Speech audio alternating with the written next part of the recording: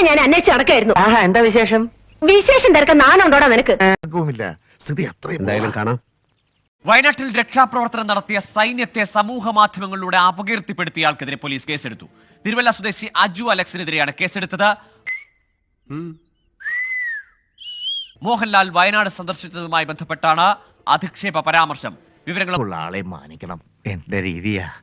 സൈന്യത്തെയും ഒപ്പം ആ ദുരന്ത സ്ഥലം സന്ദർശിച്ച മോഹൻലാലിനെയും അതിര് കടന്ന് വിമർശിക്കുകയും അസഭ്യ വാക്കുകൾ പറയുകയും ചെയ്തിരുന്നു. ഒരുത്തൻ അപകടം പറ്റി ആസ്പത്രി കിടക്കുമ്പോഴല്ല ചെറ്റവർത്താനം പറയല്.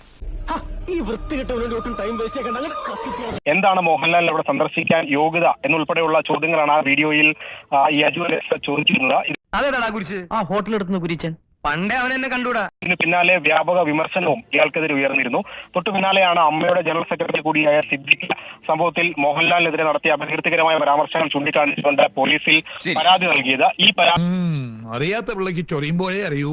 പരാതിയുടെ അടിസ്ഥാനത്തിലാണ് പ്രസ്തുത വീഡിയോയ്ക്കെതിരെ നിലവിൽ പോലീസ് കേസെടുത്തിരിക്കുന്നത്. എന്നൊന്നും സംസ്കാരമില്ലാത്ത രീതിയിൽ ഞാൻ മറുപടി പറയില്ല. സൈന്യത്തെ അപമാനിച്ച് അവഹേളിച്ചുകൊണ്ട് സമൂഹ മാധ്യമ പോസ്റ്റിട്ട വീഡിയോ ചെയ്ത ചെകുത്താൻ എന്ന പ്രൊഫൈലിന്റെ ഹാൻഡിൽ ചെയ്യുന്ന അജു അലക്സിനെതിരെയാണ് ഇപ്പോൾ പോലീസ് കേസെടുത്തിരിക്കുന്നത്.